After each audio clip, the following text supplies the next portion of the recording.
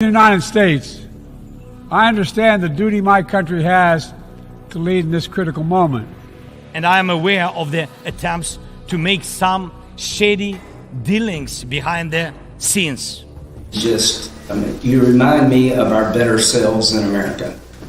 That there was a time in America that we were this way, fighting to the last person. We're going to be free or die. Free or die. Free or die. Now you are free. Yes. And we will be. And the Russians are dying. Гнилость американской политической системы, которая не может претендовать на то, чтобы учить других демократии. I think the Chinese are setting up the new global world order that's going to rest on China, Russia, Iran, North Korea, whatever they can pick up in the BRICS and the global south, and then they'll reset the rules of the international rules-based order to really favor themselves economically, on trade, and military possessions, and on influence in global regions, yeah. What do you make of 100 Chinese nationals trying to get into U.S. military bases, appearing as tourists and saying, hey, all have the same story? What is with that? Yeah, it's like they're coming in through the doors and the walls and the crack in the floor. Yeah, the Chinese are clearly penetrating United States intelligence. The 21st century will not belong to China. It should and will belong to the United States. Canada and Ukraine have agreed to engage with G7 partners to establish a working group of eminent persons who will provide advice on the seizure and forfeiture of Russian assets, including of the Russian Central Bank. Second,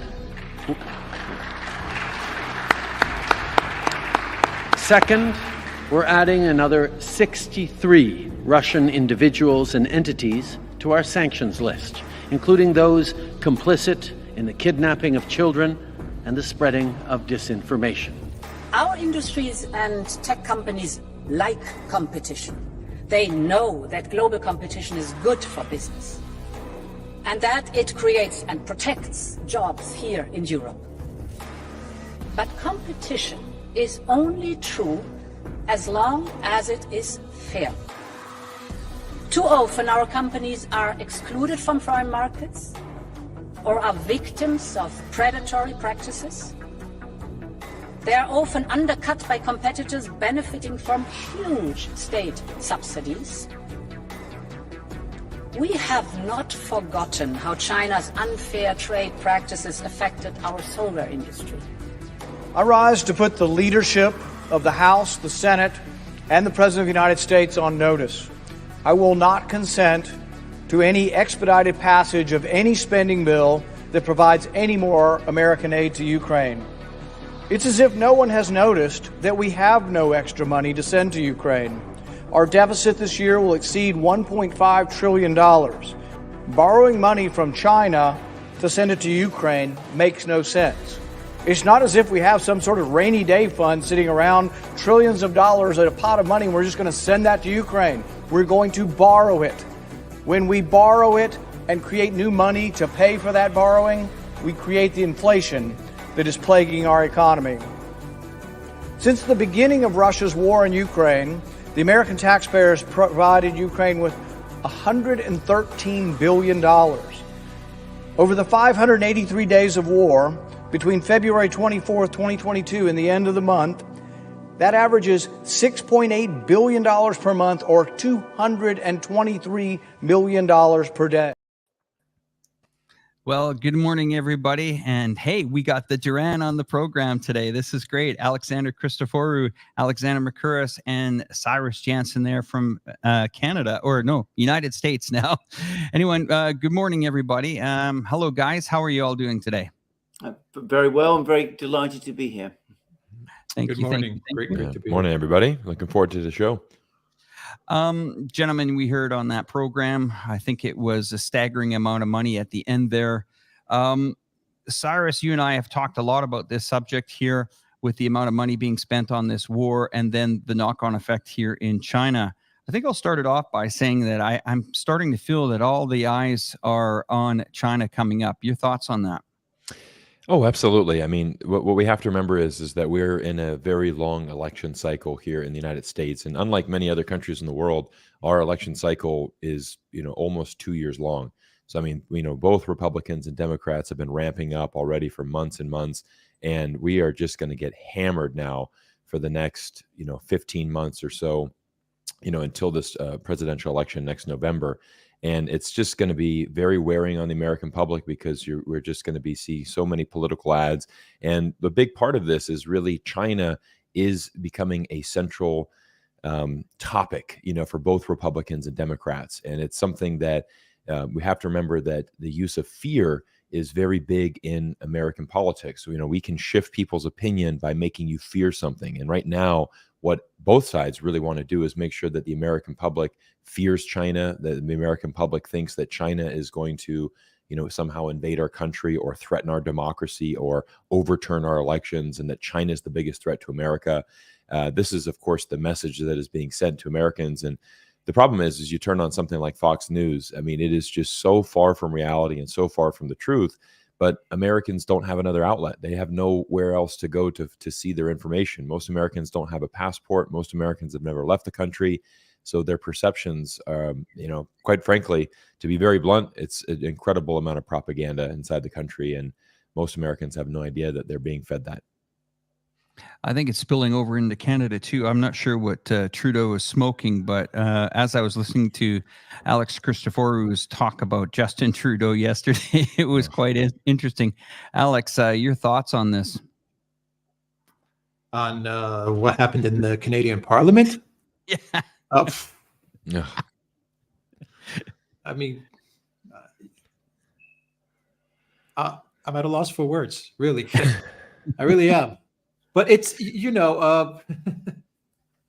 I was watching the live stream from Viva and Barnes yesterday, and Robert brought up a really interesting point about how they went after the truckers because they spotted a Nazi or Confederate flag. I don't even know what kind of flag it was. One flag. And they said that the truckers is a far-right movement, and then they went after their bank accounts and they shut them down. So what should they do to Parliament? Since they brought in an actual collaborator, a Nazi collaborator, maybe shut down their bank accounts? I don't know. I mean, it sounds only fair. It's funny that you mentioned the bank accounts. My mom had a neighbor that donated $50 to the truckers, and 48 hours later, her bank account was seized just like that, instantly. And she called the bank up and they said, well, it's we've been given a mandate under a terrorism act. She was read some law over the phone, and the lady's first response was, well, how did you get that information? I donated to an entity in the United States. How did that get up to Canada? Another interesting thing that Trudeau did say on this soundbite that I put, they're going after Putin sympathizers, or people that are, I would say, I don't even know how to say it. I mean, he's the type of guy that just will pretty much say anything on stage. But if you listen to that sound clip, he's basically going after anyone that in the media that doesn't go with the narrative here, and that's a bit scary. Go after Putin sympathizers. Fine, they should go after Nazi sympathizers too. And they should start with the 328 or 348 people in Parliament in Canada. I mean, you can't. This was a spectacular own goal. I mean, it's spectacular. I mean, you couldn't have written a better scenario than what happened in Canada, as far as how ridiculous and how stupid and how hypocritical these leaders are. And now they're coming out and they're saying, and they are saying that they didn't know. They were ignorant. They had no idea. How were we to know that they were going to bring in a World War II SS volunteer? He volunteered as well. Collaborator. How would we know? That's what they're all saying now. When we know that Trudeau had a PR team, his media set the whole thing up. They contacted the guy. They sent a car for him. They brought him to the Parliament. I'm sure they fed him. They took care of him. I'm sure they briefed everybody in Parliament exactly how everything is going to go. Everyone got their script. Everyone knew when they were going to stand up. They knew. They knew exactly what was going on. They were just too dumb to connect the two together. That's their problem. They're too dumb to make the connection. Alexander, thoughts on that? I think this is an extraordinary affair, and Alex is absolutely right. It's backfired. I mean, the Polish government is now outraged. Israel is now outraged. Jewish groups around the world are outraged. I'm not sure, actually, that from Trudeau's perspective, this is actually such a bad thing, because I'm going to say straight away, I can't believe that the Canadian government didn't know who this man was and hadn't vetted it properly. Trudeau needs to have the support of Canadian Ukrainians, and I think he probably calculates that at the end of the day, whatever criticism there is around the world, the electoral benefits of this outweigh that. And one of the things that I have found really very disturbing, and it's not just in Canada, it's also in Europe also, is that there's now been a quiet, steady rehabilitation. And I have to say this, an increasing rehabilitation of the regime that existed in Germany, or at least some of its aspects, and some of the people who worked with it from that time, in Europe itself. And if you go to the media in Britain, for example, this particular episode in Canada, it's like there's been some kind of edict. You don't talk about it. You won't find much reference to it in the British media. So I think that Trudeau, his team, they knew who it was. They didn't particularly care. They went ahead. They calculate, as I said, that the advantages are greater than any embarrassments. Who cares what they think in Poland? Who cares very much what they think in Israel? At the end of the day, if it wins support amongst Canadian Ukrainians, they'll ride with it. And of course, what happened in the past is the past, and we no longer care. And the enemy today is the Russians, and they're the people we focus against. So I'm actually really very disturbed about this. I think it's more than just incompetence. I think there's something altogether more sinister involved here altogether. Yeah, I'd like to add my thoughts on that too, because many of you know I was living in Canada for the last 5 years up until last year, and I was there when the Ottawa protests were happening, and I think what's interesting, and just to provide some context on how unpopular Justin Trudeau is inside of Canada. I mean, I think his approval rating is below 30%. Canada does have a system where there are multi-parties. So I think there's 5 different political parties in Canada. The issue is that you don't actually get to vote for the leader of that party. So, when you do have this right to vote, we're voting for our local member of parliament, who then goes on and, whoever is going to lead the Liberal Party, that's determined internally. So many Canadians are frustrated because even if you are a Liberal, many Liberals didn't like Justin Trudeau, but they had no opportunity to control, who was eventually going to lead that Liberal Party. It's always funny because we hear, there's no term limits in China and how bad that is. Well, there's no term limits in Canada either. And Justin Trudeau's been ruling for over a decade. Most Canadians are completely fed up with him. It was funny is that his wife divorced him earlier this year, maybe 2 months ago.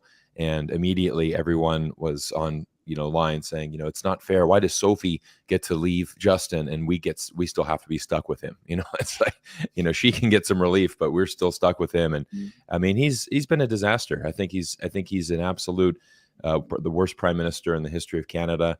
He's been ruining that economy. I mean, it's, Canada is struggling huge right now. I was just in Vancouver about a month ago, and the rising costs, the inflation is through the roof.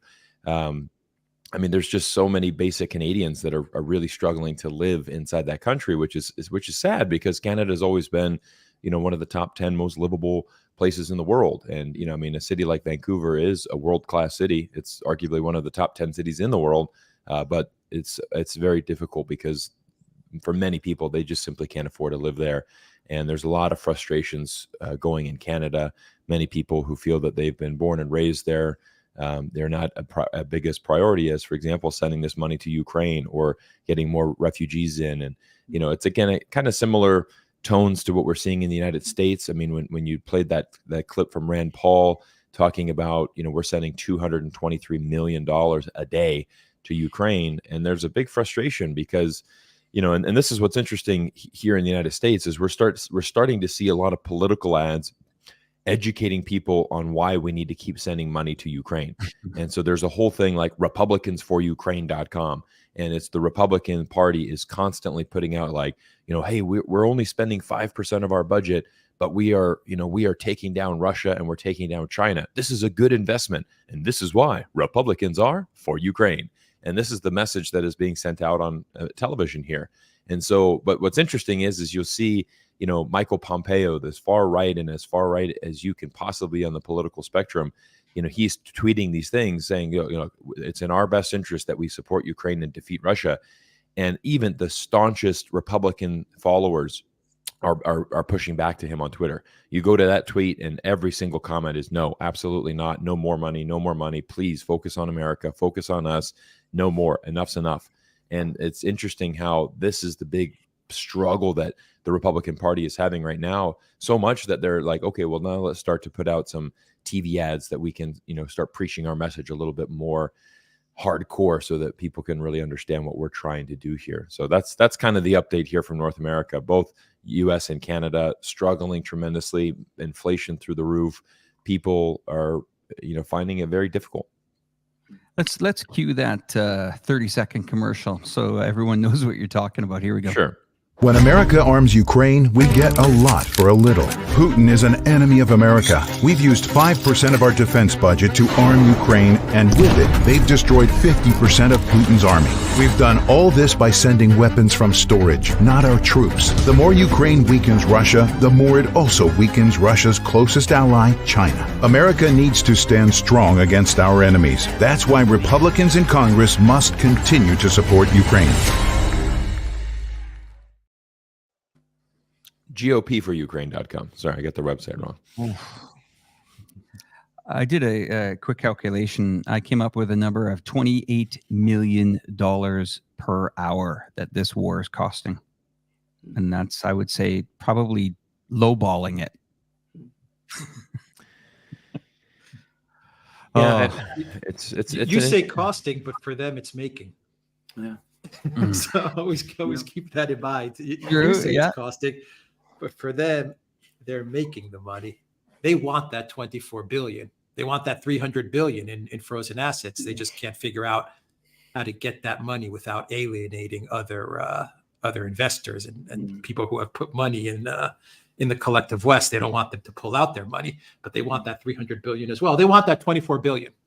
Yeah. Trudeau talked about 9 billion during the Jets Patriots game the other day. I saw that the Jets now have a Ukraine flag in the back of their helmet. The New York Jets, instead of like a U.S. flag, it's a Ukraine flag. Really? But that's product placement. Right. It's the military-industrial complex placing an advertisement for war, for their business. They want the money. Yeah. And they understand that the collapse of the Zelensky regime is coming. And they want to get their hands on all of the billions that is floating around there, because for the last 10, 15 years, they've been making a ton of money from Ukraine. And it was only when Putin launched the SMO that he exposed their game.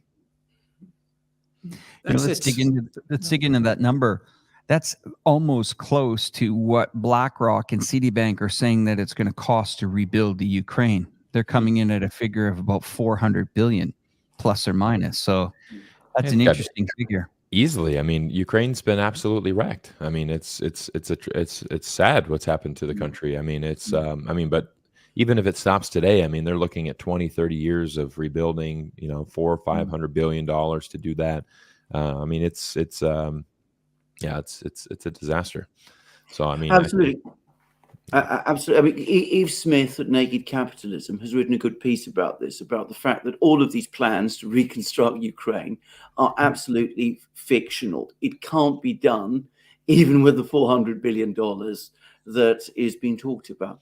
But can I just say, of course, the whole point about that commercial, about it only costing 5% of the budget, of the defense budget, all the figures that we've been hearing about, $117 billion of what it's costing to continue this war, all of this is completely wrong. It is only a very small fraction of what the overall cost of the war is to the United States, to Europe, to the American people, to people in Europe, to people around the world. Because, of course, that doesn't factor in the much bigger economic consequences of the war, which are huge. The disruption of trade patterns, the problems in the oil markets, the problems with gas in Europe. And, of course, I am just today received some indications of what my fuel bills in London are going to be looking like going forward. The effective implosion of the industrial structure in Germany. These are enormous costs. This is by far the single most expensive war the United States has waged, even if it is waging it only by proxy since the Second World War. And so that commercial that we saw is completely misleading. It gives the impression that, we're just giving a couple of $100 billion. That's all. And we're achieving all of these tremendous outcomes. We've degraded the Russian army by 50%. The reality that Americans are feeling every day in their household budgets, when they go to the gas stations, when they buy food at Walmart, those are the realities which are completely different. I want to share now something that I actually have an invested interest in. I play the derivative markets. I've been doing it for 20 years. I want to show you guys a slide here, and this is something that I think everybody should keep an eye on. This is the closing price on, I guess it was yesterday or pre-market, we'll say, of natural gas. This is Henry Hub. This is something, I guess, if you wanted to get into natural gas, this is something that you can buy. And there's plenty of ETFs for this, but this gives you an indicator of the natural gas market. And you can look back in 2022 and 2023 there, it peaked out at around $10. And that's when the prices started to skyrocket. Now it's been pretty flat for the last couple of months, but there's something that we need to pay attention here. Ukrainian gas transmission network consists of more than 37,000 kilometers of pipelines with 12 entry points from Russia, Belarus, Poland, Slovakia, Hungary, and 7 main exits. Now, here's the map. Let's have a look quickly at the map here. And we're showing the inflows, most of it coming through the Ukraine and most of it coming through Belarus into, Moldova, Hungary, Slovakia, Poland, and then into the European market. Now, this is what I came across just recently, though. Now, this is the over-the-counter shares of the EU gas derivatives. They've surged 25%. Basically, what that means is somebody is buying some serious insurance. These derivatives, and you calculate the size of this natural gas market. This natural gas market is in the trillions of dollars here. Like, we are talking mega bucks here. And when you're seeing a 25% surge in insurance or derivatives, that means somebody is placing a serious bet. And I came up with a conclusion. It's probably built on this article here, where Russia-China trade is on track for a record. And this is an indicator as well that Gazprom delivers its first LNG cargo to China via the Atlantic. I think there is going to be a big play here on the natural gas market. There's going to be a squeeze. And this is where I think, I think there's going to be another war on the financial markets, especially as Alexander was saying, they're setting their customers up for quite a big surprise. But I don't think that demand that's going to be needed in Europe is going to be, the Americans, I don't think, are going to be able to supply it, especially at an affordable price. I think we're going to be in for some serious shocks here, especially when a 25% increase in derivatives, that is massive. Like, we are talking trillions of dollars to secure those types of position, and that is some big moves in the market. That's very interesting. Absolutely, and I think I'm sure you're absolutely right. I'm sure that is what is coming, and of course, that is going to affect Europe. It's going to affect Germany very badly. It's going to affect Britain because, of course, we used to claim we didn't buy gas from Russia, and it turned out that wasn't true, by the way. And of course, we don't have reserves of natural gas the way the Germans, at least, they do have systems created by the Russians, by the way, in Germany, big gas storage facilities. We don't have anything like that in Britain. So all kinds of countries are going to become increasingly vulnerable. And all of this is an overspill of the war. And you're talking about gas. You see the absolutely critical importance again of China. And there's been this narrative that we've seen much of over the past year about the Chinese economy being at a standstill, that China's model is somehow falling apart, that things are not looking good in China. That's the narrative is still there, but the realities are starting to shift. We're starting to see the Chinese economy regain momentum. And I think there were specific reasons why it slowed. And it only slowed. I mean, we're in recession in Europe, but in China, there was only a certain slowing. We're going to start to see that accelerate, and it's going to start pulling in gas. It's going to start pulling in oil. And already people are talking about, in the West, oil at $150 a barrel, which is going to be very difficult for many people coming on top of the cost of living issues that existed before. And there's no sign that anybody in Europe is ready for this. And I don't get the sense that the United States, they aren't much ready for it either. I don't think anyone's prepared at all. When you're seeing that type of a position, let me give you an example. The best example I can give you would have been February of 2018 when the derivatives market was on the S&P. That pretty much emptied the bank accounts of about 11 major banks. So when you're seeing something like this in natural gas, a shock to the system, I don't know if you guys ever remember when oil went negative. Do you remember that? I do. Absolutely. Okay, so we're seeing the opposite here, and I wouldn't be surprised to see oil 200, 220 a barrel coming up in the next 3 or 4 months. I mean, the Russians are laughing, all the way to the bank on that one. But the interesting part is when you start to see China that is stockpiling this stuff. I mean, in big quantities, and that's taking that major supplier out of the market. I cannot believe that people, are acknowledging it. And that's the thing is, I just keep an eye on this one here, guys. I believe the symbol's UNG on that, but the natural gas market, I'll come up with the exact quote, but if that thing gets anywhere close to $4 or $5 per share, that means all hell's breaking loose. All right. No, that's a good insight, Alex. Thanks for sharing that. Yeah. I want to talk a little bit about the Chinese economic struggles, if you will, and the slowdown. I mean, I think there's definitely some slowdown in the Chinese economy, but I think what we're seeing is more of a transition. For example, I remember living in China back in the days of, I first went to China in 2007. And the big thing that drives China's economy for many years has been real estate, right? Real estate makes up a large percentage of the GDP. And I was part of that cycle where, for example, many people were speculating, buying apartments, buying houses, seeing rapid appreciation in just a few short years. And it was a very lucrative time, to be buying and flipping houses in China. And of course, I think that market has just matured.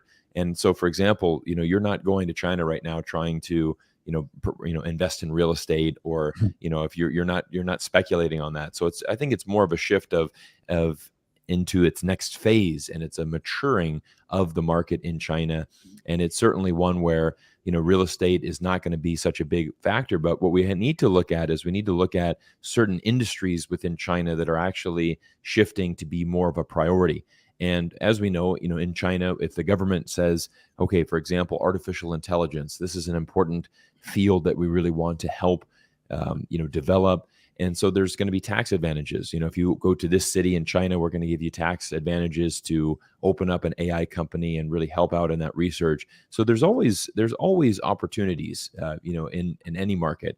You know, obviously, people, you know, even if we look at the stock market, right? If it goes up or down, people can make money. There's always opportunities no matter what's happening. But there's certain industries. Certainly, the electric vehicle industry is booming in China. China contains most of the technologies for all kinds of battery technology. I mean, they're absolutely dominant. And even a couple months ago, I remember the New York Times wrote an amazing piece that just said, you know, whoever controls the future of EV batteries really controls the future technology of the world. And right now, no one can compete with China. China is so far ahead. And so it was a very objective piece from the New York Times that actually just spelled it out very clearly how advanced China is and how, you know, again, the big thing is, you know, we're trying to see these EV cars debut in America, but the price point is still very high. So they're like, how do we get a price point where that car is, say, you know, below $30,000? You know, you can't do it without Chinese technology. You know, it's the only way possible. And so, you know, you look at solar power, EVs, you know, batteries, artificial intelligence. There's a lot of opportunities in these sectors that are really booming and that are going to be driving China's future economy. Can I very quickly cut in to say that, you know, I've been in contact with people in Germany recently. Alex was recently in Russia, and he was very struck by the number of Chinese cars here. The Germans are very spooked by this rise in the Chinese car industry. Right. It suddenly, the penny has dropped that they have a massive and extremely well-organized competitor there.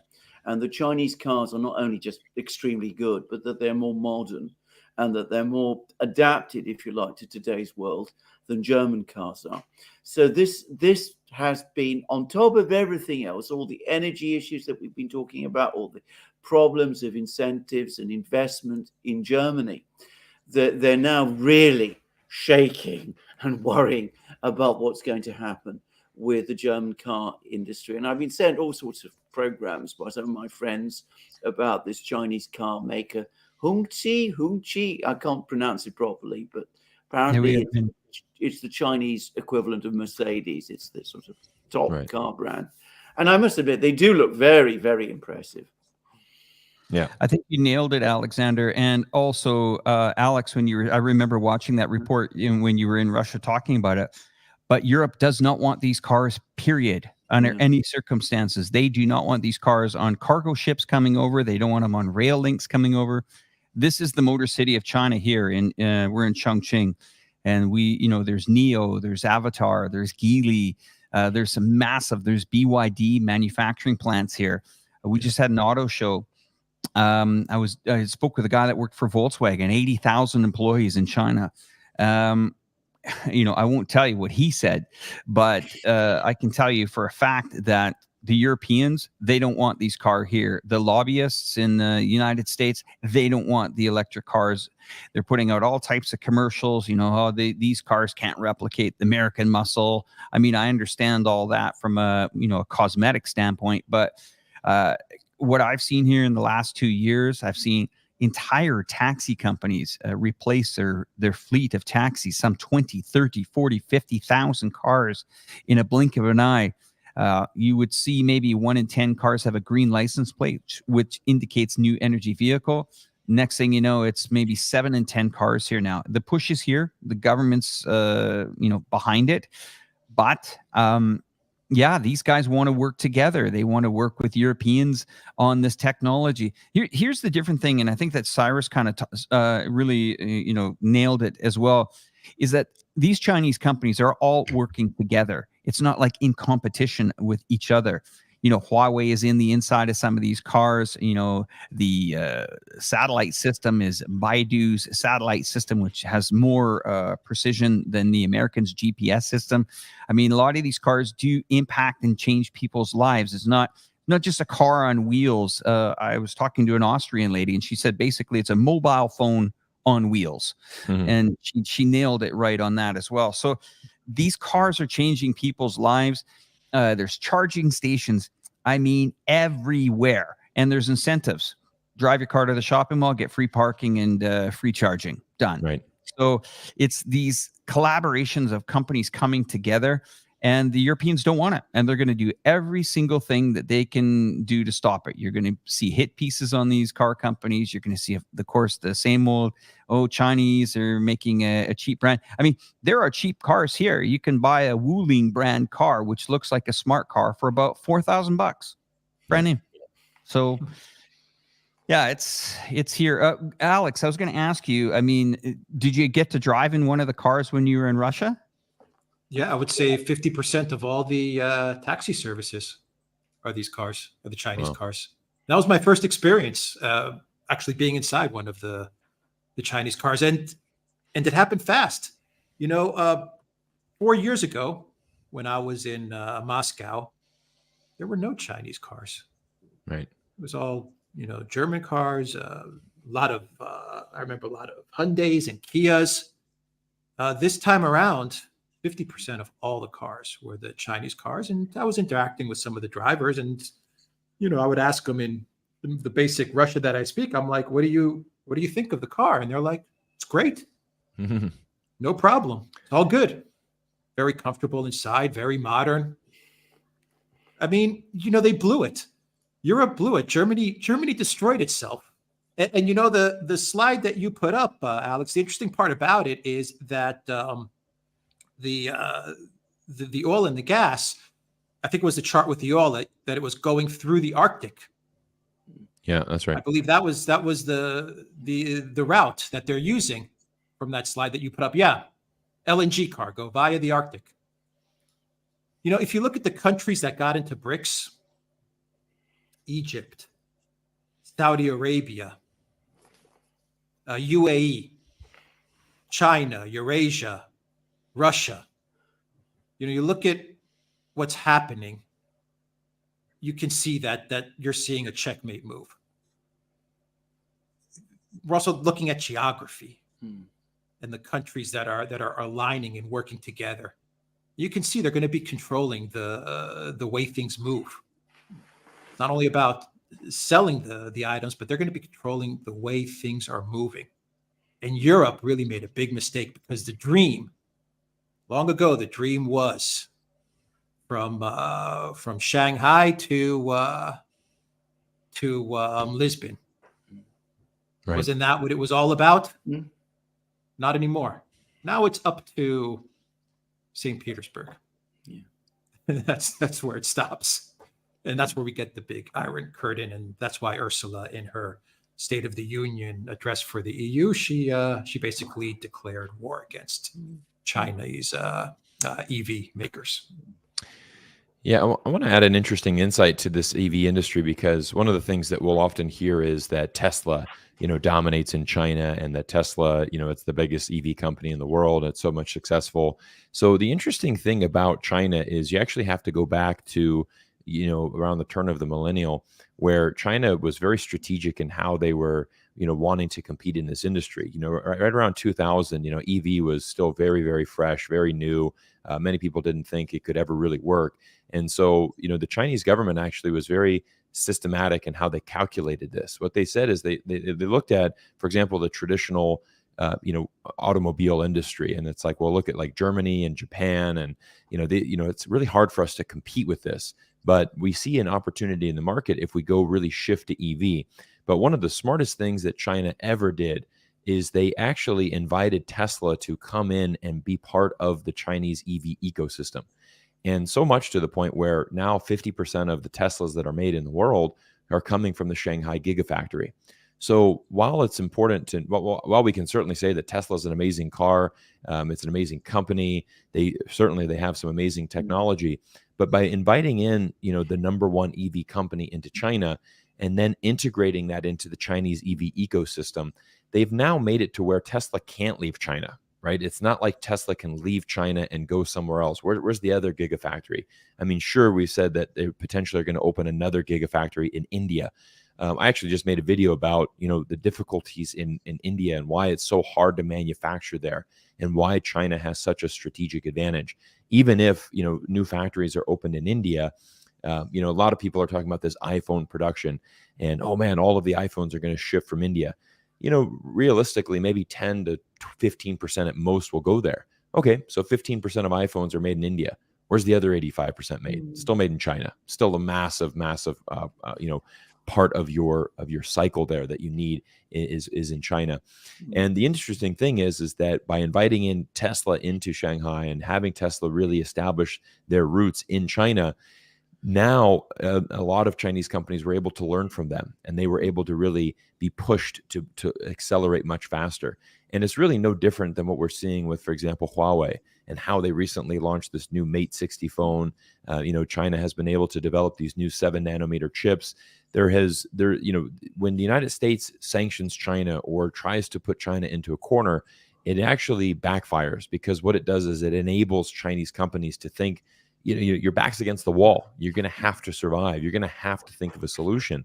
And I think what's interesting is, if we had never sanctioned these Chinese companies, the Chinese domestic microchip market probably would have never developed, because if we never sanctioned them, they would have said, hey, US has the chips.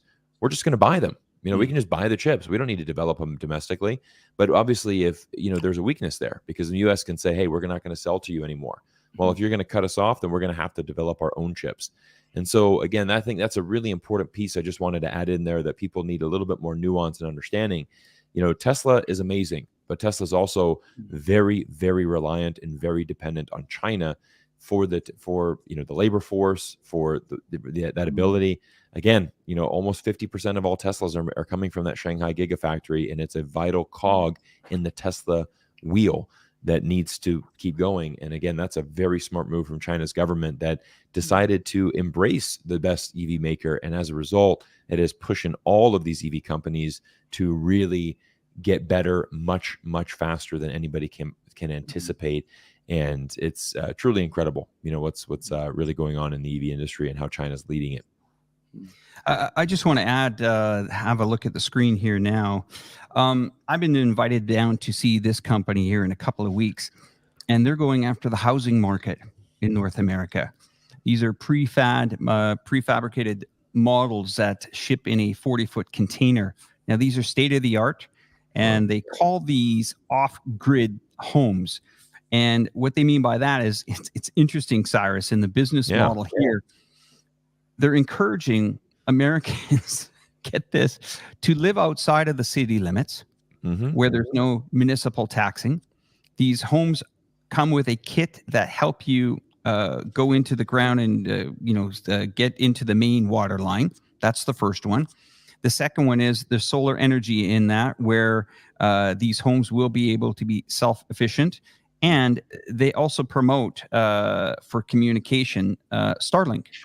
So they're saying that this is a fully, I would say, capsule home, which comes with its own foundation. They pack it with its own foundation. And they say half the price of a Tesla. And so this is the market that the Chinese are going after. They say that, when I go down to the factory, I spoke to the guy that runs the factory there. He says, yeah, all the TV screens, everything comes in. Just basically, it's turnkey. As soon as we offload it off the 40-foot container, you plug it into the water lines, and you're pretty much on the outside. Because you see a lot of these people nowadays going off the grids, building these log cabins. Well, here are the Chinese coming in with these homes at 30, 35,000, 40,000 for home, which I think is very interesting for them to go after that market. Yeah, and I'll be honest, that's a really popular trend right now. There's a lot of people are wanting to go off grid. Actually, you can search on YouTube. There's actually some very popular channels just saying, look, make some money, get out of the rat race, get off grid, move away from the government as fast as you can. And I mean, that'll appeal to a lot of Americans that are wanting to do that. It's a great, very cool. I mean, that looks amazing. It looks like, I mean, I have to say, it does look like something that raises questions about the political and social atmosphere in the United States, that people apparently don't want to live in cities anymore, and they don't want to be they don't want to be joined up to the system, the grid system and all of that, which, I mean, what one can see is attractive for individuals, but for the social fabric of a country, it perhaps doesn't tell a very good story, or so it seems to me. Can I just come back to what you were saying about the fact that the Europeans and the Americans don't want these Chinese cars to come? Mhm. That was exactly the point that Ursula von der Leyen was making in that clip that you showed at the beginning. I mean, she's basically talking about protection. In other words, protecting European industries from Chinese competition. She didn't quite set it out like that. And she comes along with all these horrible comments about, the Chinese, they've cheated, they've done all of these things to us, and we've got to protect ourselves from them. What that is going to do, we have, ample history about this now, going all the way back to the 19th century. If a country adopts protectionist policies in order to protect growing, dynamic, modern industries that are evolving and rapidly increasing and developing, becoming more sophisticated, as happened in the United States, for example, in the 19th century, or as it was happening in Germany at around the same time, then actually protectionism can make some sense.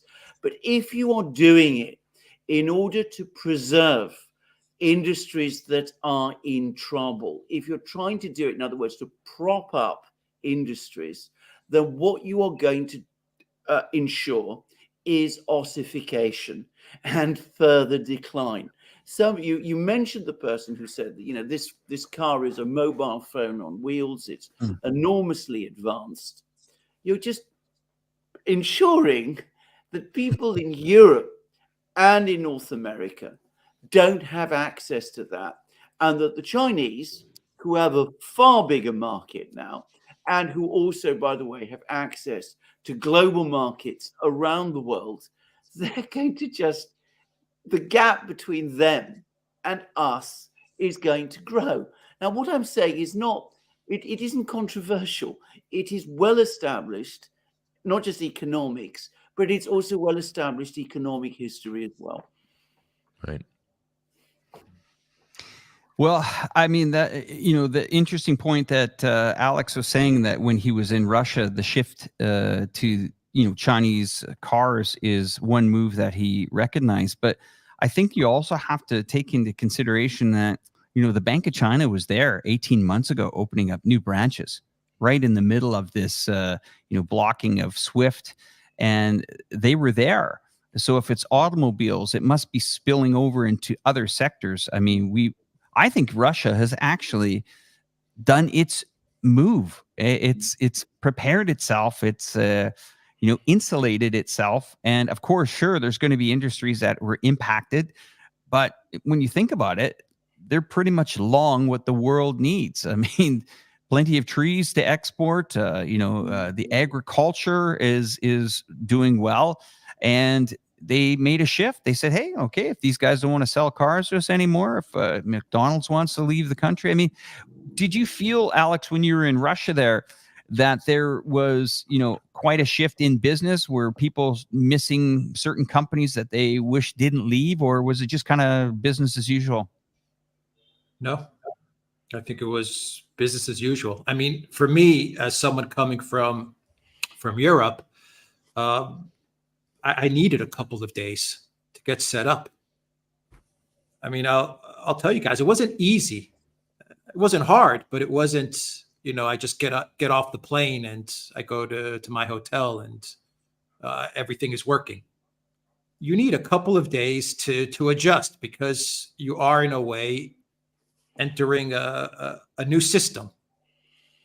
But once you get set up, once you get your mobile set up, your internet, the banking, the Mir card, all these things, once you get it set up, I mean, you're good to go. And you don't feel like you're missing anything, like anything at all. I mean, I was doing videos from the shopping malls, and everything was full. They had everything that you could possibly expect in a shopping mall, from the stores, the shops. The only thing that I realized was that, all of the investment that Europe and the US made in Russia, they destroyed it within a year. Instead of Starbucks, you had Stars.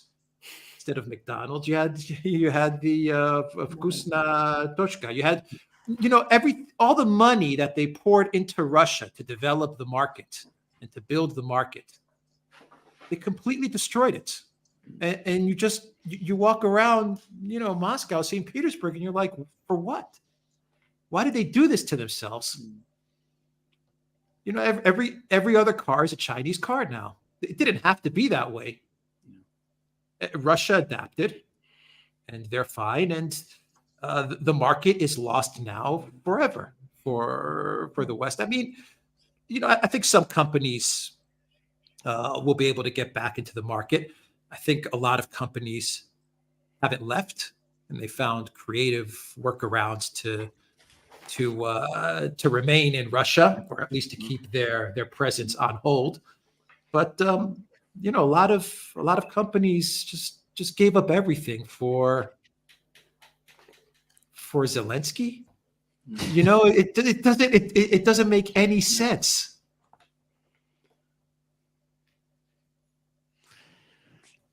Yeah, when you look at these are companies that were setting up in the, when the fall of the Soviet Union, they were in there. There was companies just, jumping to get into that market, spending billions of dollars to get into it, whether it's accounting firms all the way to banking firms to hedge funds to, restaurant corporations, shopping malls.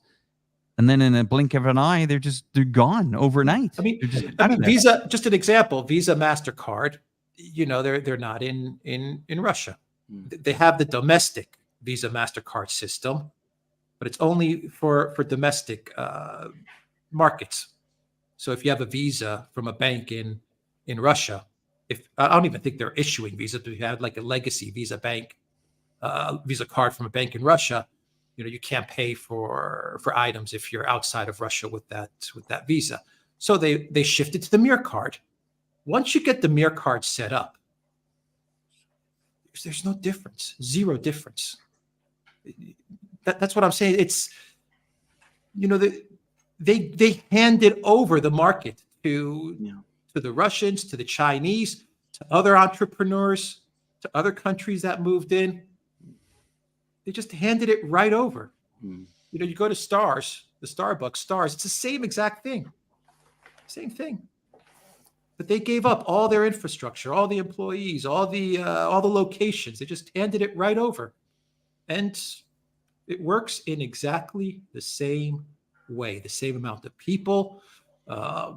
They're busy just like it was when it was Starbucks. I mean, there's no real difference, except that you don't have to pay the franchise fee to the guys back in Seattle. That's I guess the difference. Yeah, and they get to keep the 9 or 10%. The trust is broken forever. That's one thing that will never come back from these shops that have just walked away, turned their back on this market. I mean, that is where you kind of wonder, there is no way back. And in a way, it's kind of protecting Russia for the future because they've seen how evil that these banking systems can be. I mean, look at all the money just drained, gone. You're part of SWIFT. Okay, we'll seize this account. We'll take that yacht. We saw it in the south of France. I have some friends in the south of France, and they just said, they just went after all of these, homes in the hills there. They just took them lock, stock, and barrel, without anything, without a court order. They just went in and just said, okay, Russian owned, boom, gone. Yachts, broad daylight. And that's the thing is, will the Russians ever trust, Western banking system ever again? I think that relationship is game over. And we're talking a serious chunk of the globe here. And all these other little countries have pretty much looked at it and said, okay, I don't want that to happen to us too. Let's get the hell out of here. Let's sign on to the Belt Road. Let's get on with the BRICS program. I think this globe has changed forever financially. And I still don't think that the North American markets they've done a lot of window dressing here with, having inflated budgets here. I still don't think the ball is dropped, and I still think we're going to see some dark times ahead for the fallout when this really, really hits. I agree with that completely. I would add that there is also a fundamental difference, and this is something I'm starting to hear more and more about, from the way in which the Chinese work in Russia, from the way in which the Western companies who went into Russia work there, which is the Western companies basically went to Russia very much seeing it as an opportunity to make money. It was a quick opportunity to make money. It was a market, in other words. Whereas the Chinese are much more interested in collaborative programs and establishing long-term relationships, which actually strengthen the domestic economy. So just to give one example, just one amongst many, because we were talking about cars. After all this crisis happened, one of the big car companies, manufacturing companies near Moscow, Western ones, pulled out. The factory was mothballed. The Russians wanted to reopen it. They reopened it under the Moscovich brand. They found a Chinese collaborator company that will help, provided them with a car to make. The machine tools came from China very quickly. But the point is that they're going to be able to develop from that factory and from that collaboration cars that are specifically for the Russian market. So there's going to be a collaborative program to actually develop cars in Russia in a way that never really happened with the West. So already you see differences, and I suspect that those differences will grow. Same will happen with high-speed trains. The same thing will happen with mobile phones, with the whole world of electronics.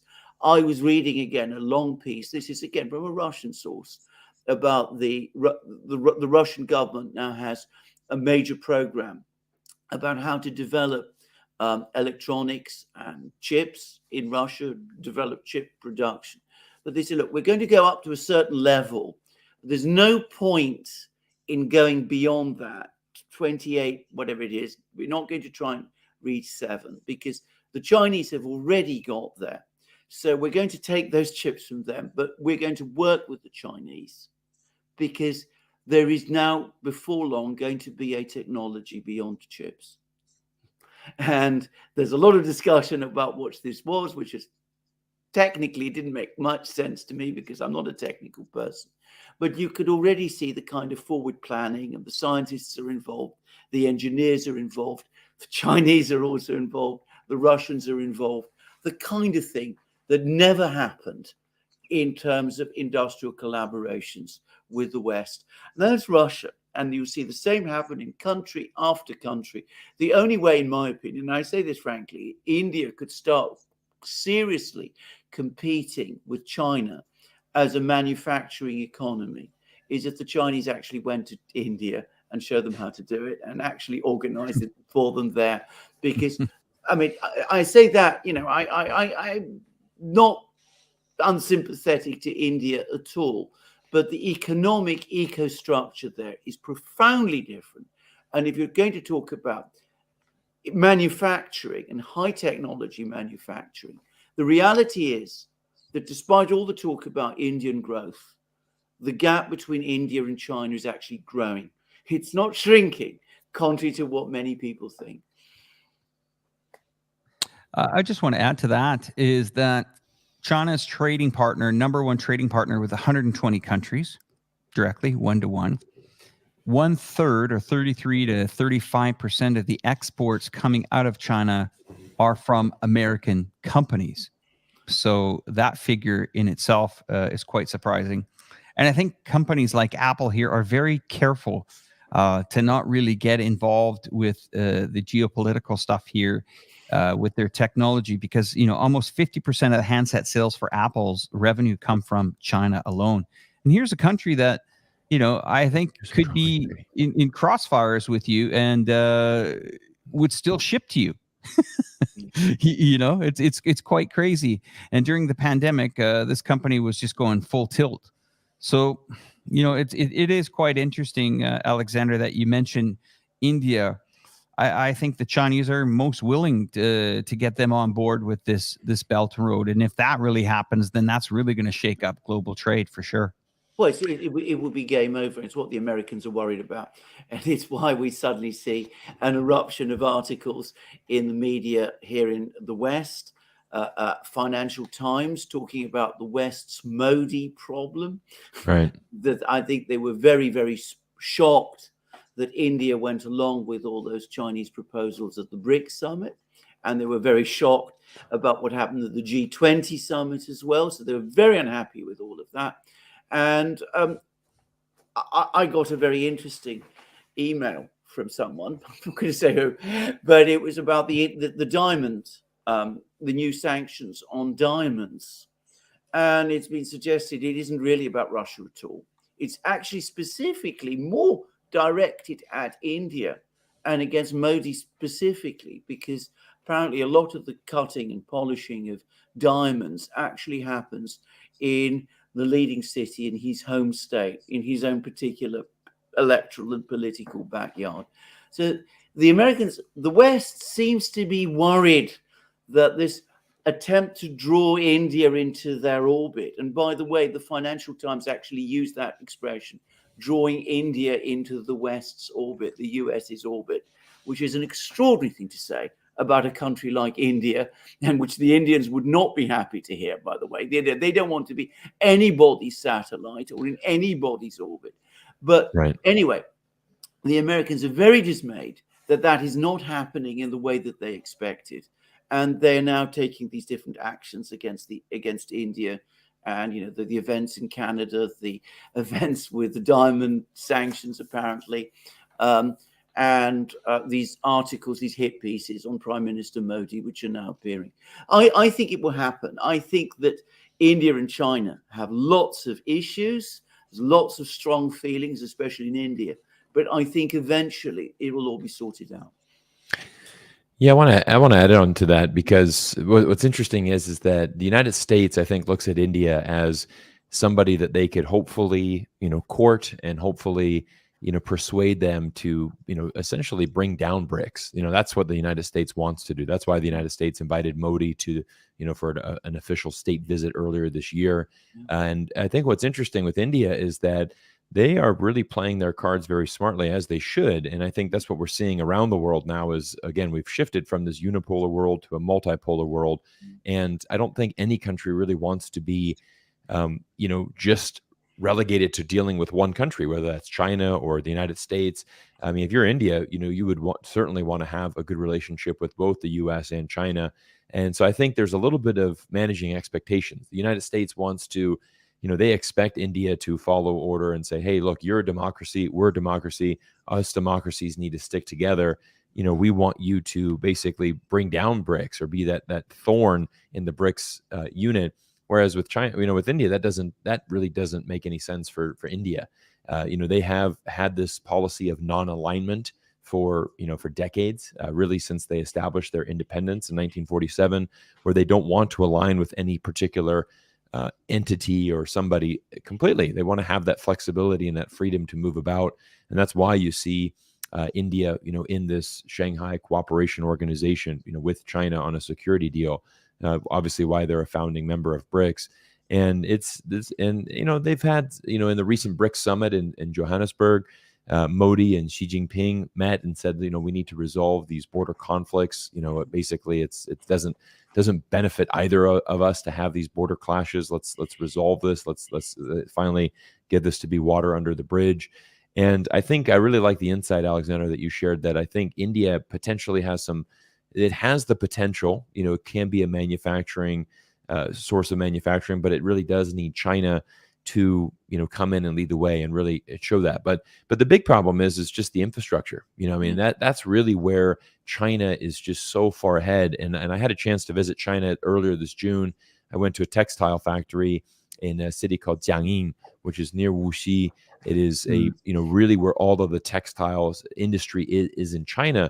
But what's incredible is, as I'm walking down the side of the road, I'm just seeing, massive semi-truck after semi-truck after semi-truck that is just piled in with cotton. I mean, it's just, 20, 30, 40 semi-trucks filled with cotton.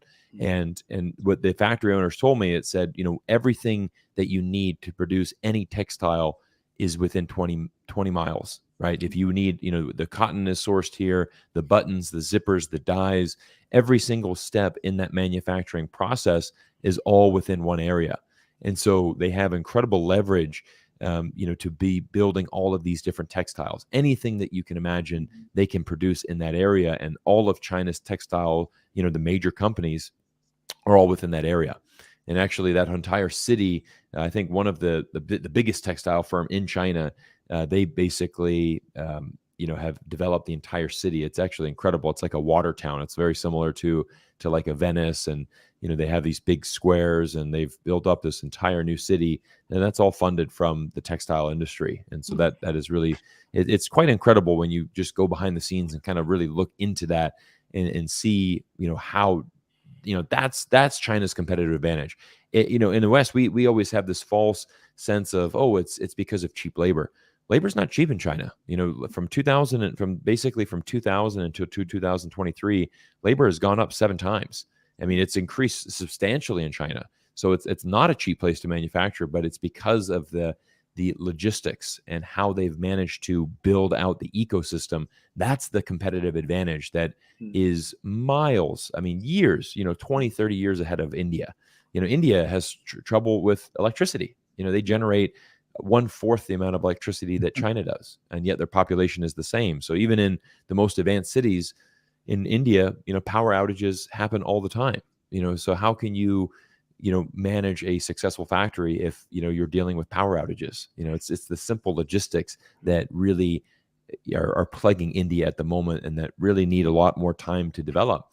So the potential's there. I think it really does. For India, why wouldn't you want to establish a better relationship with China, who has been the world's factory for the past 4 decades and has the blueprint on how you develop and how you do this? Interesting. I want to bring up a point that I was talking with Brian Berletic yesterday, and I'd like to ask Alex this. With all this new artillery that the Ukrainians are bringing into the country, I asked him, why hasn't Russia taken out the rail lines? Why hasn't Russia gone after the rail lines right at the border? And the reason why I asked this is because I got an email from a guy that worked for a company. He worked for a weighing in motion system for the rail tracks. He sent me an email, quite a long email, explaining to me that they could, even from satellites, detect an unusual weight limit on rail cars. And especially when he was saying that the rail cars that come from Europe have to actually go through a switch before they get onto the tracks in the Ukraine, because I guess the diameter of the wheels is maybe bigger or something like that. And he's saying as soon as that weight load comes on, they could identify it from, satellites detecting it, knowing that damn well ain't, 100 passengers. That is tanks or something. And they should be able to blow that out of the sky. Is it just Russia being polite? I don't know. Thoughts on that, guys? Well, can I just explain it briefly? Russian train lines are wider than European ones. In Europe and the United States, we have standard gauge, and Russia has a slightly wider gauge. And I've actually seen it done. You see trains basically being lifted, the bogies changed, and then put down from one to the other. So that is how it's done. I think the Russians haven't done it for one straightforward and very, very simple reason. And that is that if they started attacking trains like that so close to the borders with NATO, it might open up possibilities for escalating the war. And they don't want to escalate the war. They want to keep the war contained in Ukraine, because as far as they're concerned, the war is going their way. They are taking more losses as a result, but they made the cold-blooded calculation. They can absorb them. They do not want a NATO-Russia war, because that would be a catastrophe. So they don't want to start, sending missiles where these trains switch places, because if a missile were to land in Poland or Romania, and people there were to be killed, and there was to be a disaster, well, the consequences of that would be very unpredictable. Now, How long the Russians can continue to act with that level of restraint is, of course, another question, because there are an awful lot of people in Russia who are asking exactly the same questions as your correspondent is asking. I mean, Putin gets criticized continuously for the sense of restraint that he shows in the way in which Russia is conducting the war. But for the moment, at least, this decision is holding. The Russians have made it clear that, well, Putin has said that they don't want to be provoked into overreactions. They don't want to escalate the war. The war is going their way, and they don't have any need, therefore, to act in that kind of way.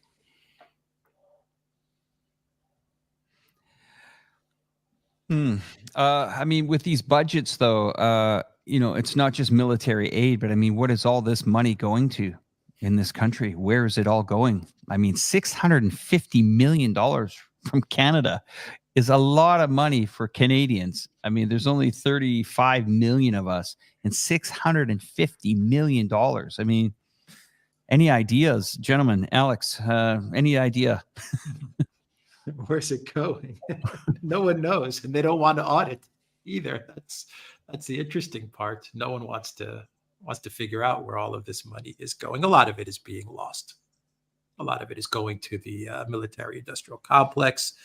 They're signing contracts and deals to produce weapons. Sometimes they even say they're going to produce those weapons inside of Ukraine. They're going to build big factories inside of Ukraine. But a lot of the money is just, contracts with the MIC, and these contracts are for the MIC to build weapons. They use the excuse of the conflict in Ukraine. It's going to be a long war, so we need to prepare ourselves to build X amount of tanks or X amount of ammo in the next 5 years. And if Project Ukraine collapses, it's okay. We still have these contracts. We have the money budgeted, and we can produce this stuff somewhere else. I mean, that's what a lot of it is. I mean, think about it this way: it's the UK MIC company. What is it? BAS, Alexander? Yeah, BAS. Okay, so they traveled to Kiev. They said they're gonna build a factory in Kiev. They're going to make weapons in Kiev. So the money comes from the UK or the US. They say we're going to give $500 million to Ukraine. BAS gets a $400 million or $300 million contract to build a factory in Ukraine, and that money that's coming from the UK goes to Zelensky. Zelensky pays BAS, and that's how the money goes in it just goes in a circle. Yeah. Just goes in a circle. Yeah, that's it. And also a lot of the weapons, let's not forget, a lot of the weapons are hitting the black market. Yeah. And a lot of people are making a lot of money from this stuff. A lot of NATO generals, a lot of Ukraine generals. When this conflict ends, there are going to be a lot of multi-millionaires and billionaires being made. A whole lot. There's going to be a lot of people that made a lot of money just from weapons sales. But that's the game. That's the game that's being played, and that's why they want that $24 billion. They want that $24 billion really, really bad. We're talking about a lot of money for a lot of people. Where are these weapons going to end up? We've been here before.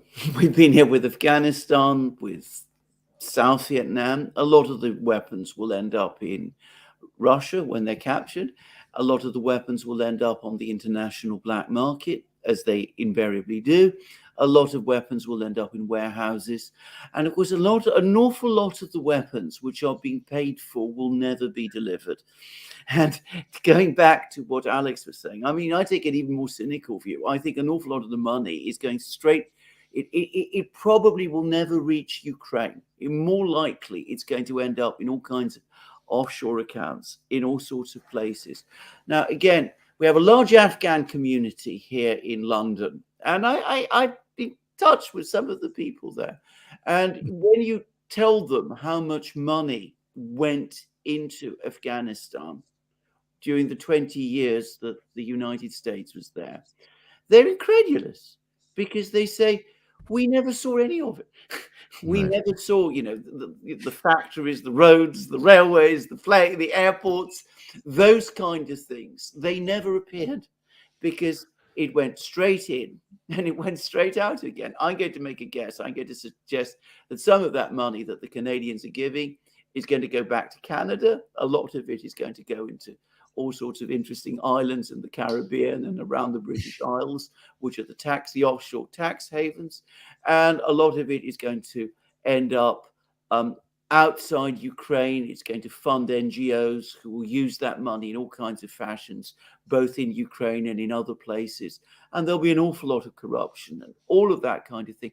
And that always happens when you have money pouring in on this kind of scale, which is not organically produced. It invariably fosters corruption. Yep. My concern, this is going to hit the streets of Europe. We're going to see maybe some terrorist organizations get a hold of these and really make a mess in some of these streets. I don't know if that's where some of the artillery has gone in previous wars, but I don't think it's going to be a safe Europe for the next couple of decades. That's for sure. There'll be a lot of animosity as well from this war. I absolutely agree with that. And can I just say, I mean, he's in an interview he gave in The Economist. I mean, Zelensky actually touched on this and he made it into a threat. He said, if you betray Ukraine, there's millions of Ukrainians now in Europe and they might get very angry with you. He didn't finish the thought, but I mean, it was quite clear, at least to me, what he was alluding to. He was saying, we've got real possibilities that you could have violent trouble from these people in Europe itself. Cyrus.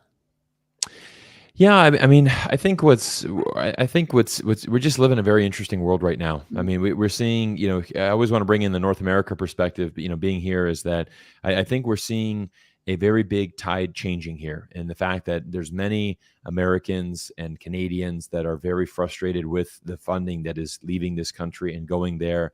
I mean, obviously, there's a lot of Americans like myself who look at our involvement in Afghanistan and, like what has America really done in Afghanistan or Iraq, to really help those people out or anything. I mean, there was no benefit to us being in Afghanistan for 20 years.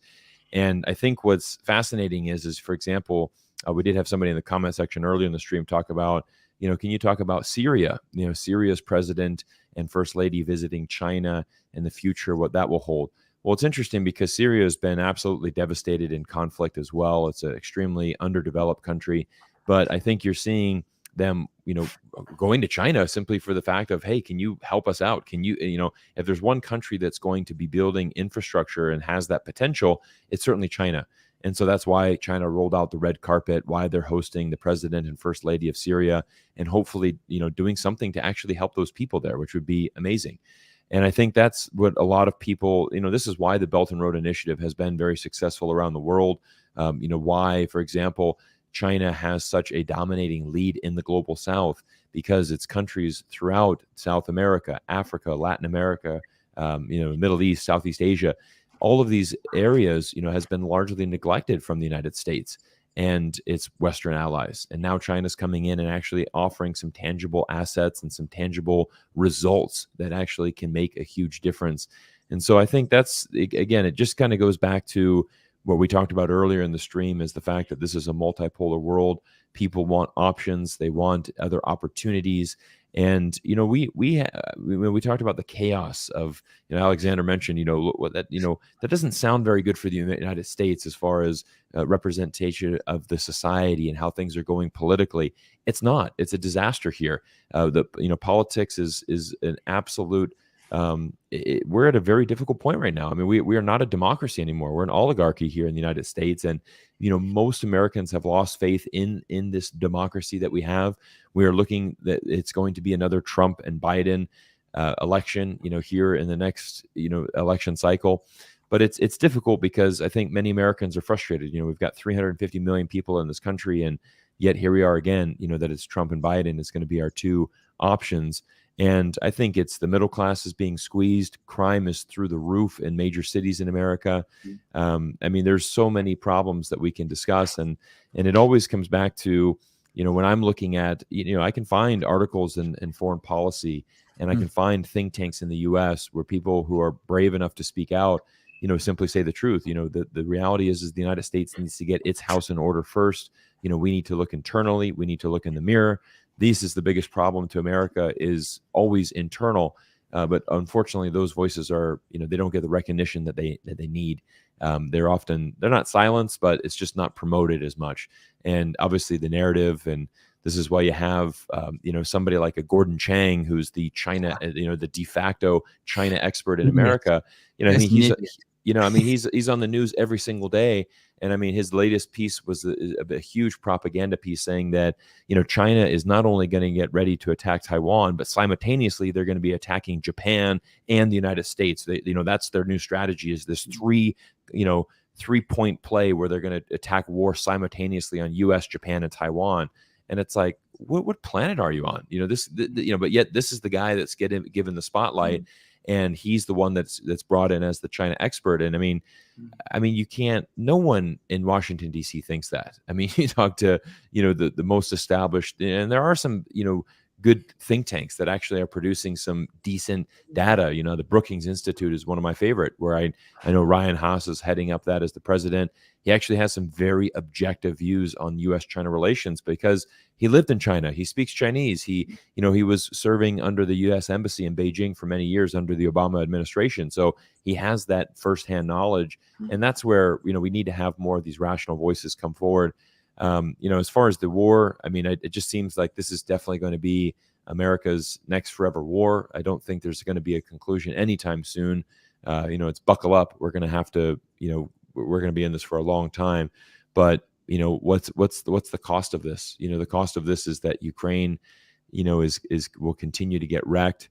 That country is basically finished. I mean, how do they rebuild after this? It doesn't make sense. So I'm going to, I got to bounce. I got to leave time to get the kids ready to school. So Alexander, thank you guys. Alex, thank you for the great show. We've had over 2,500 people on my channel alone, streaming in. So I want to thank everybody for their time this week, and let's have a great week. And thank you, gentlemen, for your time this morning. A great pleasure, Cyrus. Thank you. Absolutely. We'll wrap it up in a couple of minutes. So last thing, I just wanted to let you guys know that in most of the social circles here, there is quite a bit of support for Russia, but then they skip after that and they move on to their infrastructure, their company, and their countries here.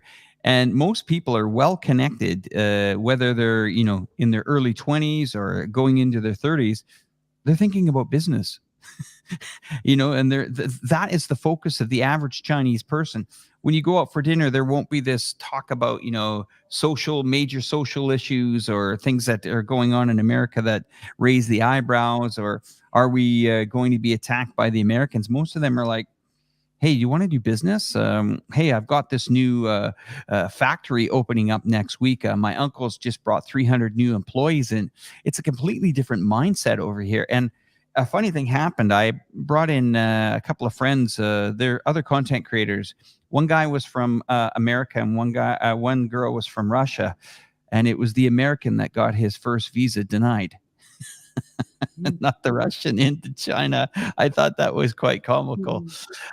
Gentlemen, I've been watching your channels, daily for the last year here. I would really like to end the show off, and maybe we can talk a couple more minutes about what you guys really think is the next phase here that's going to be going on with Russia and Ukraine over the winter period. Are we going to see escalation? You guys have the mic from here. I think that we are going to see an escalation, because I think that the opportunity there was a small window this autumn when there was a chance for negotiations to begin, and this has been completely thrown away. People who discuss negotiations in the West are coming up with ideas which the Russians will never countenance and will never accept. So the result is there have been no negotiations, and there are not going to be any negotiations, and the Ukrainians refuse to consider negotiations either. So the offensive has run its course, or is running its course. It's very close to an end. I don't think anybody who really is familiar with the situation on the ground seriously thinks it can be continued by Ukraine over the course of the autumn and the winter. So there is going to be an escalation at some point, and it's going to come from the Russian side, because all the indications are that they're building up their forces now in a very systematic and methodical way, as they tend to do when these sort of situations arise. And at some point over the next few months, and I'm not going to give any time frame because I don't know, I think we will see a major Russian offensive take place. And I think by that point, Ukraine will not be in a strong position to withstand it. There was a comment made today by the Speaker of the Russian Parliament, a man called Volodin, and he said that Ukraine basically has one choice. Either it accepts Russian terms or it ceases to exist as a state. I mean, it could not be more straightforward. Yeah. And the narrative shift. Degrade Russia, deter China. I think that's where they're going to take us. Yes. They're not talking about as long as it takes anymore, or any stuff like that, or defeating Russia. We're going to defeat Russia. We're going to regime change Putin. You don't hear that anymore. No.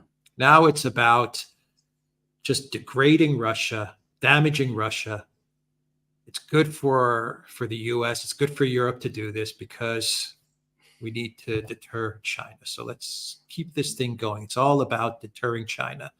You see, fighting Russia with a Ukraine proxy is about deterring China. That's what you hear them saying now.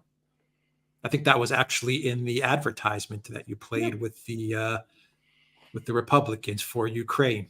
Republicans for Ukraine, GOP for Ukraine.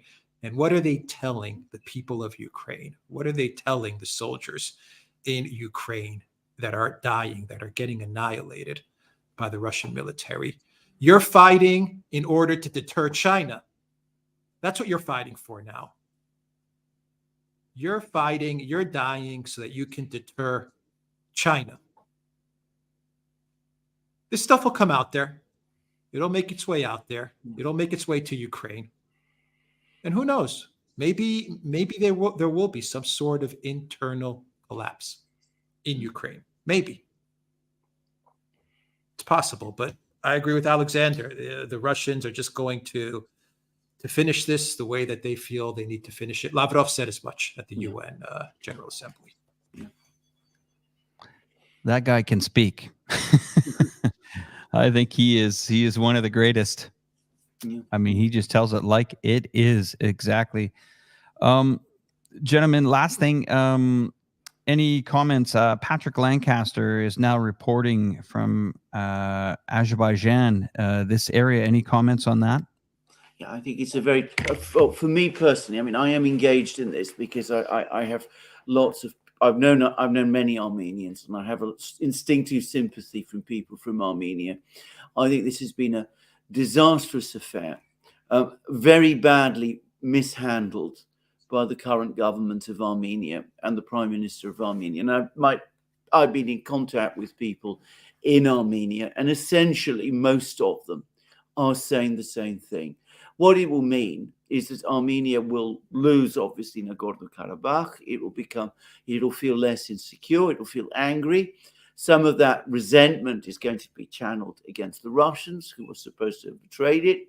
And it will move towards the west, which will leave it more isolated in its region, a region in which it has no real friends now, but it does have some very formidable enemies.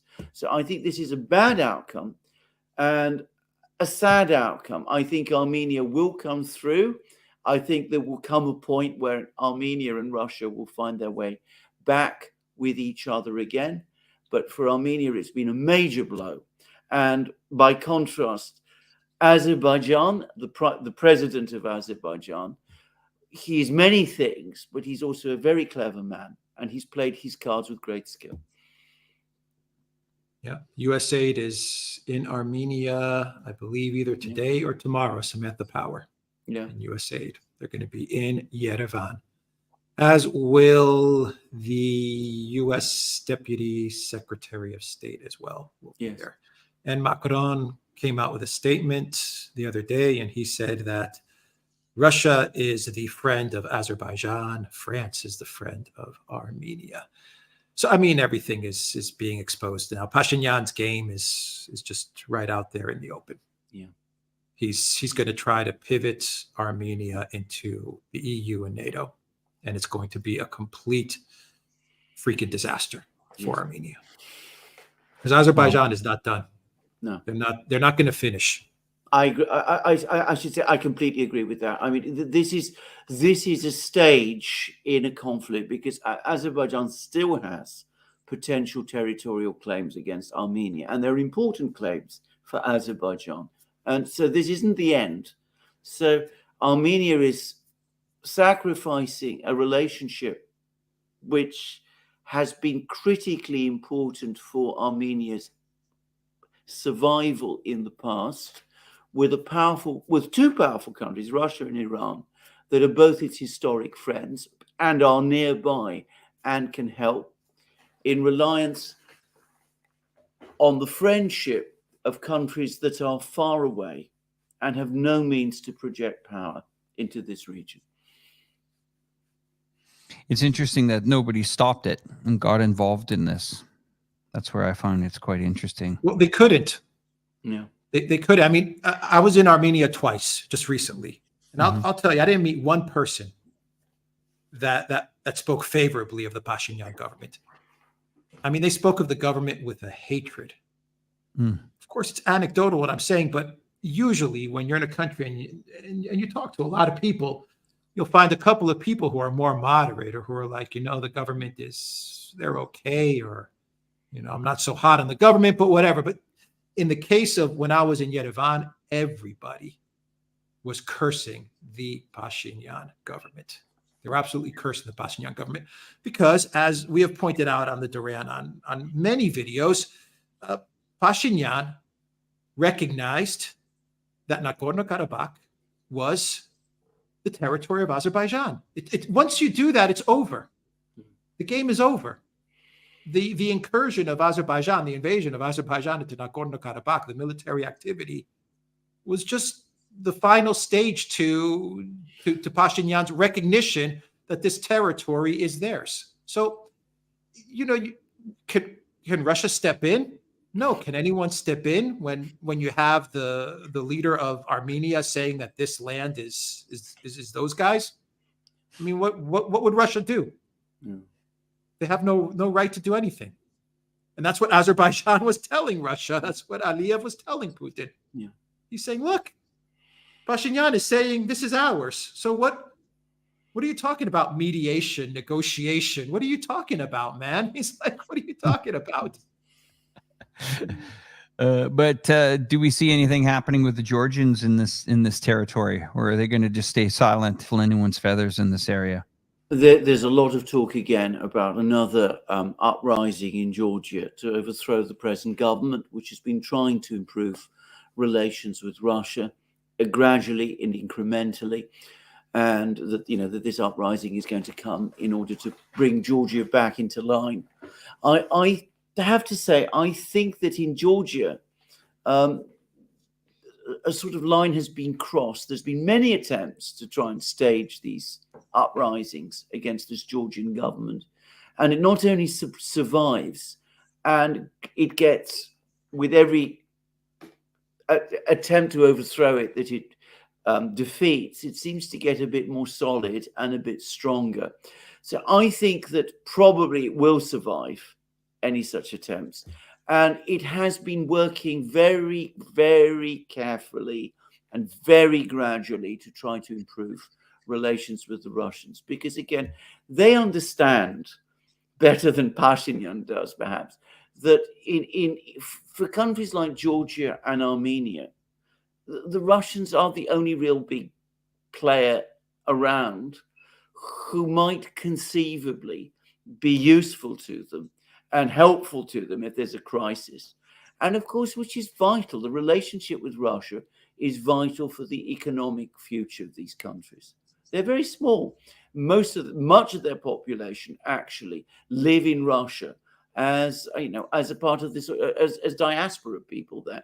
So it's not possible really for these countries to break the connections with Russia completely, to sever them, because doing so would be not just catastrophic, but conceivably even existential. So I think the Georgians understand that, or at least the Georgian government understands that. I think the Armenians have some way to go before they realize it again. But I think they will one day, because, to be frank, Armenia has gone through some very difficult periods in its history, and it's come through, and I'm confident that it will once more. Last question, since I got you guys on the screen, I have to ask you this. How pissed off are the Polish?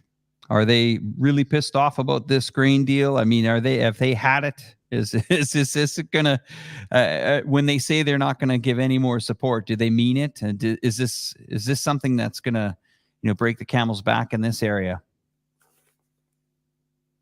Well, I think if you're talking about Polish public opinion, yes, I think they have had it. I think they've I mean, bear in mind, it's easier for them to understand Zelensky. I mean, he's close to them, his fellow Slav nation and all this.